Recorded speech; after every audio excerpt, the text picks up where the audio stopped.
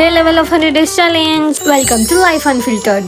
ఇక తిరుపతి నుంచి హైదరాబాద్ మధ్యలో జూనీకే మస్తు ఉంటాయి. అలా ఖచ్చితంగా పోయేది కాణిపాకం. అందరు అంటుంటే ఇది కూడా క్రౌడెడ్ ఉంటది అనుకున్నా, కానీ చాలా ప్రశాంతంగా ఉంది. ఇక్కడ శ్రీ వరసిద్ధి వినాయక స్వామి ఉంటాడు. టెంపుల్ గోపురం ముందే గుండం ఉంటది. అక్కడనే కాళ్ళు కడుక్కొని కొబ్బరికాయలు దీపాలు వెలిగించి మనం లోపలికి వెళ్ళాలి. టెంపుల్ ఖాళీగా ఉంది కానీ ఫ్రీ దర్శనం ఇవ్వట్లేదు. 150 పెట్టి దర్శనం తీసుకున్నాం. అన్ని గుళ్ళలో వినాయకుడు ఉంటాడు కానీ గుడిలో వినాయకుడు చాలా స్పెషల్ గా ఉన్నాడు. మీరందరూ ఖచ్చితంగా విజిట్ చేయాల్సిందే. సో కరెక్ట్ వెనక నుంచి మనకు ఎగ్జిట్ ఉంటది. అక్కడని గోమాత ఉంటది. దాని పక్కనే శివయ్య గుడి ఉంటది. లోపల మాత్రం అదిరిపోయింది. ఎంట్రన్స్ కి గోపురానికి మధ్యలో ఒక గార్డెన్ ఉంటది. గార్డెన్ లో శివయ్య, పార్వతమ్మ, కుమారస్వామి ఇంకా గణపతి డిఫరెంట్ అవతారాలు ఉన్నాయి. నేను దర్శించుకుంది ఎగ్జాక్ట్ మండే. ఇంకా శివయ్య ప్రియమైన భక్తురాల్ని ఎగ్జాక్ట్ అభిషేకం టైం కి పోయినా దర్శనం మాత్రం మస్తు అయ్యింది. అన్ని గుళ్ళలాగా ఈ గుళ్ళ అస్సలు లైన్ లేదు. ఎంతసేపు అంటే అంతసేపు కూర్చొని దర్శనం చేసుకోవచ్చు. ఒక రోజు మీ ఫ్యామిలీతో హ్యాపీగా స్పెండ్ చేసి రావచ్చు. ఇది ఒకటే కాదు, బ్రహ్మంగారు కూర్చొని రాసిన కాల గ్రంథం ఆ ప్లేస్ కూడా మీకు చూపిస్తా మళ్ళీ వచ్చే వ్లాగ్ లో. అంటాం అలా.